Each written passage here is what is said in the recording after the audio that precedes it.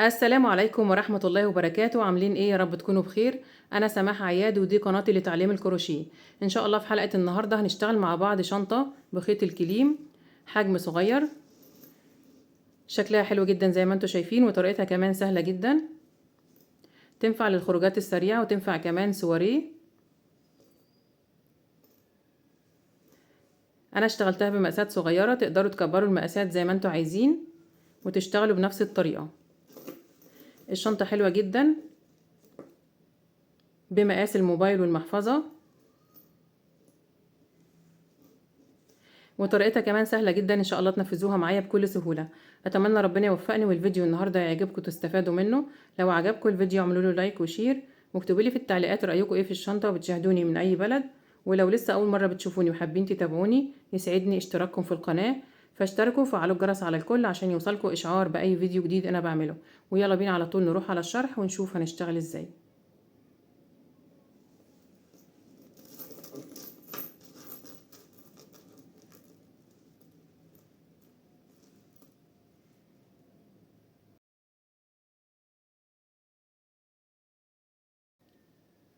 انا هشتغل بخيط كليم مصري متوسط السمك.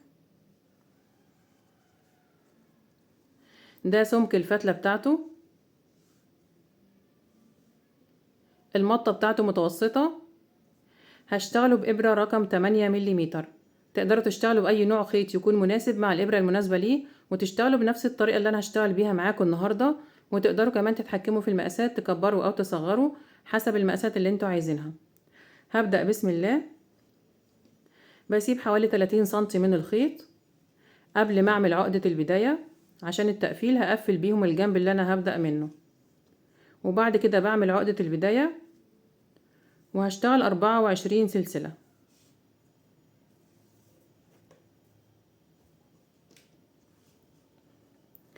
هبدأ بسم الله. 1 2 3 4 5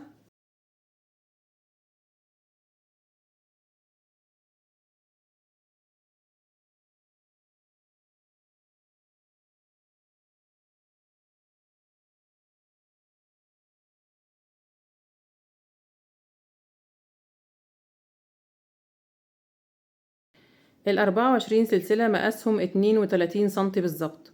لو حابين تكبروا المقاس بتزودوا عدد السلاسل، ولو حابين تصغروا المقاس بتقللوا عدد السلاسل. بعد كده برتفع سلسلة وبحسبها ارتفاع للغرز اللي انا هشتغلها، وبسيب السلسلة الارتفاع وبروح على ال24 سلسلة اللي قبلها وبقسمهم ل3 مجموعات. اول مجموعة في بداية السطر هشتغل 4 غرز منزلقة، والمجموعة التانية في المنتصف هشتغل 16 غرزة حشو، والمجموعة التالتة في نهاية السطر هشتغل 4 غرز منزلقة. السطر الأول هشتغله في حلقة ظهر السلسلة. بسيب حرف الفي اللي هو وش السلسلة وبقلب السلسلة كده، وبشتغل السطر الأول في الحلقة اللي في الخلف، اسمها حلقة ظهر السلسلة. نخلي بالنا هنشتغل ازاي. معايا لفة على الإبرة، بفوت السلسلة الارتفاع اللي هي رقم 25 وبدخل في اللي قبلها في حلقة ظهر السلسلة. بخلي الحلقة فوق الإبرة وحرف الفي تحت الإبرة بالشكل ده كده، وبسحب الخيط. أصبح معايا حلقتين على الإبرة. بسحب الحلقة التانية من الحلقة الأولى. دي طريقة غرزة المنزلقة. كده أنا اشتغلت غرزة منزلقة، هكملهم 4. بدخل في السلسلة التانية في حلقة ظهر السلسلة، بخلي الحلقة فوق الإبرة وحرف الفي تحت الإبرة. ده حرف الفي بيبقى تحت الإبرة، وبسحب الخيط. بعد كده بسحب اللفة التانية من اللفة الأولى. كده 2 منزلقة، 3، 4.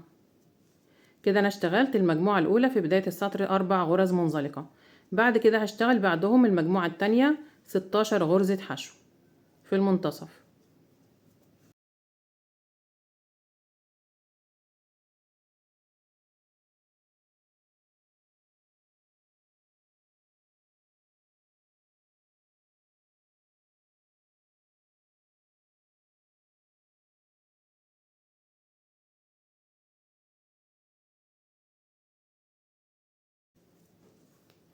وصلت هنا آخر السطر.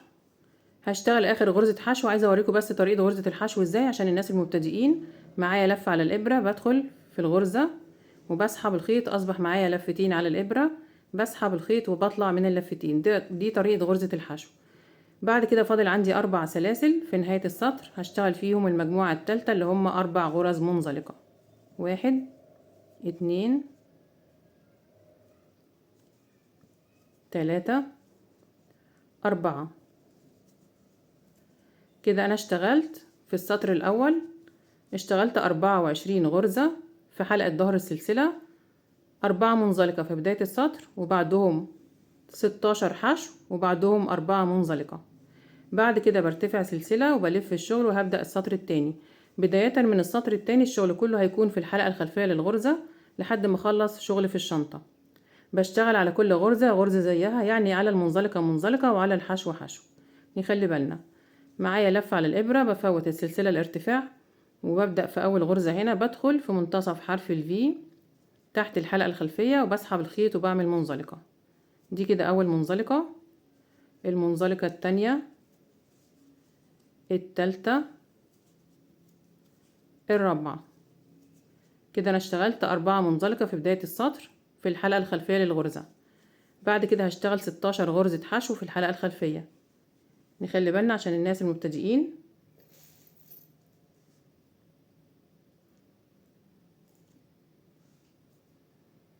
أنا عندي غرزة الحشو أهي، راس الغرزة اللي هو حرف الفي اللي فوق، عندي حلقتين، الأمامية اللي قدامي والخلفية اللي ورا. أنا بدخل بالإبرة بتاعتي في منتصف حرف الفي اللي هو راس الغرزة تحت الحلقة الخلفية اللي ناحية ورا وبشتغل. بدخل كده في منتصف حرف الفي من فوق تحت الحلقة الخلفية اللي هي ناحية ورا وبشتغل غرزة حشو. هكملهم بقى 16 غرزة.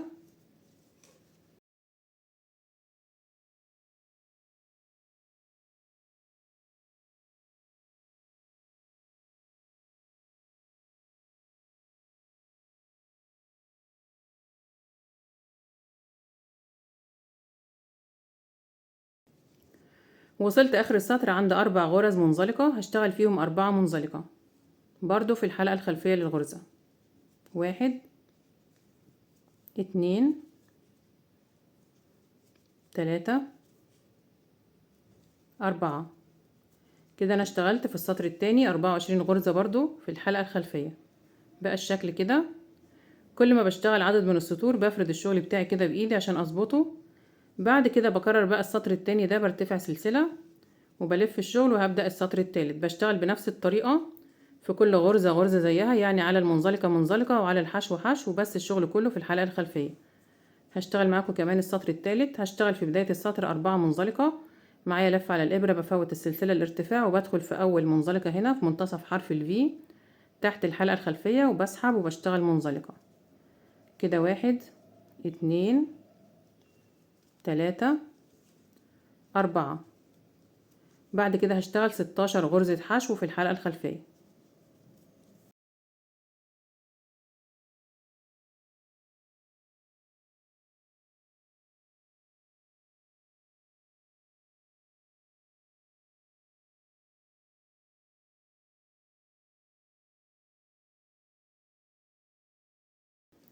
وصلت آخر السطر التالت عند آخر 4 غرز هشتغل فيهم 4 منزلقة. 1 2 3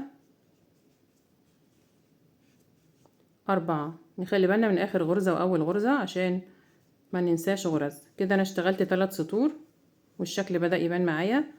برتفع سلسلة وبلف الشغل وهبدأ أكرر بنفس الطريقة.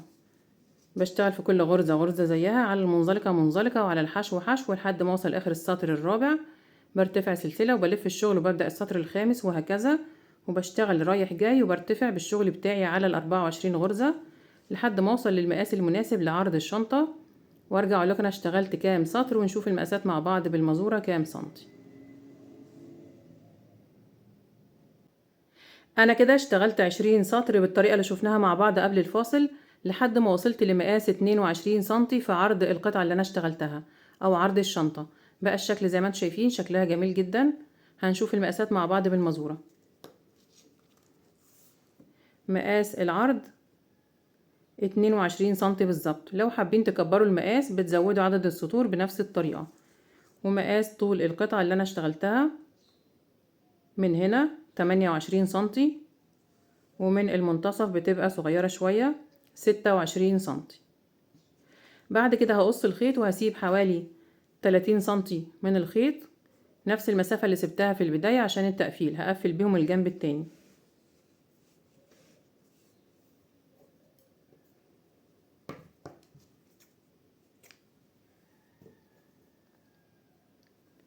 بعد ما قصيت الخيط بثبته، بسحبه من الحلقة اللي على الإبرة في آخر غرزة وبلضمه في إبرة التنظيف، وهبدأ أقفل الشنطة بتاعتي. كده أنا عندي طرفين من الخيط، طرف النهاية اللي أنا قصيته وطرف البداية اللي أنا سبته في البداية خالص. بطبق الجزء ده كده، ده هيكون وش الشغل بتاعي اللي هو فيه السطور الزوجية. بعد كده 2 4 6 8 10 12 14 16 18 20. ده هيكون وش الشنطة من بره. هخيط من بره بإبرة التنظيف، بخيط الجنبين كل جنب بطرف من الخيط، وبخيط كل غرزتين مع بعض من تحت حرف الفي. هلضم الخيط في إبرة التنظيف وهبدأ أشبك كل غرزتين مع بعض. هعدي بس الأول من هنا كده،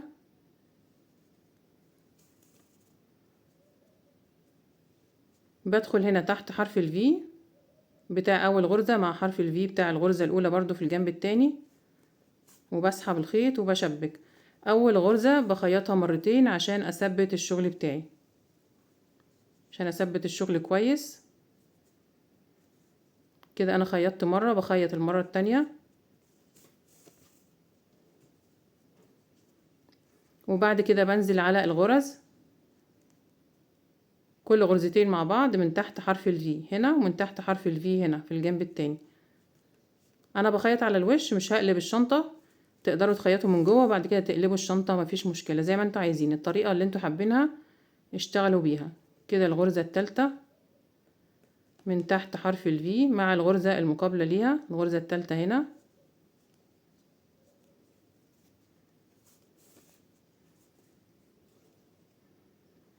بكرر لحد ما اوصل لاخر غرزتين تحت.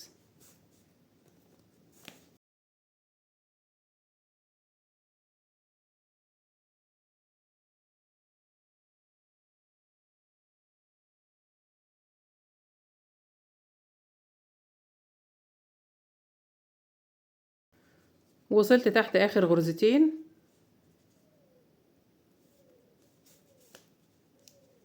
كده انا خيطت الجنب الاول، ده شكل الخياطة، شكلها جميل جدا. بعد طرف الخيط جوه وبنضفه تحت الغرز بإبرة التنظيف.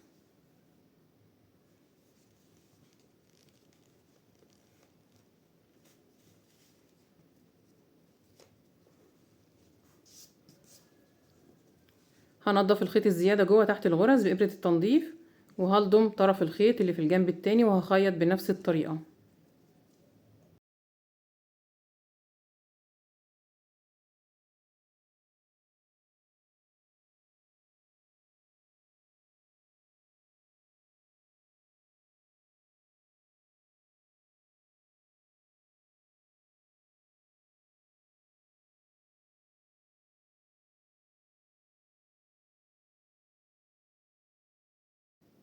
خلاص كده قفلت الجنب التاني بنفس الطريقة.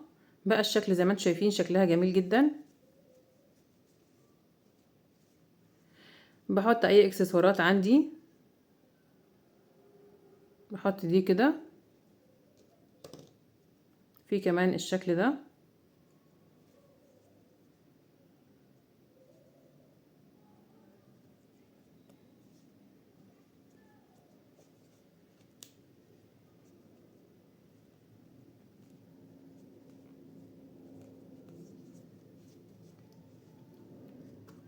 بخيط قفل مغناطيس عشان الفتحة بتاعت الشنطة.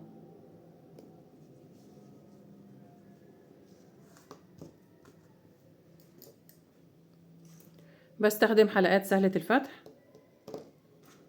بالمقاس المناسب لحجم الشنطة، عندي الصغير وعندي الوسط.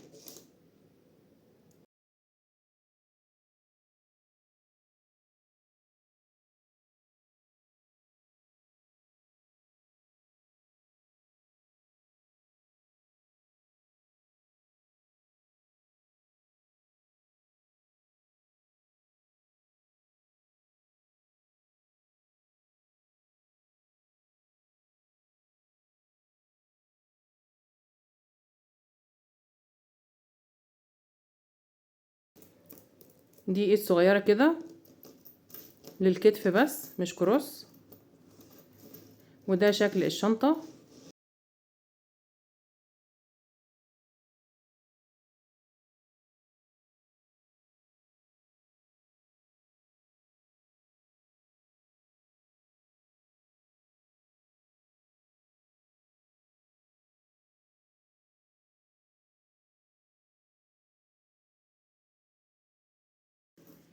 بكده نكون خلصنا الشنطة بتاعتنا وخلصنا حلقة النهاردة. اتمنى يا رب يكون الفيديو عجبكم تكونوا استفدتوا منه. لو عجبكم الفيديو اعملوا له لايك وشير، واكتبوا لي في التعليقات رأيكم ايه في الشنطة، بتشاهدوني من اي بلد. ولو لسه ما اشتركتوش في القناة اشتركوا وفعلوا الجرس على الكل عشان يوصلكم اشعار باي فيديو جديد انا بعمله. ان شاء الله نتقابل في فيديو جديد، وشكرا لكم والسلام عليكم ورحمة الله وبركاته.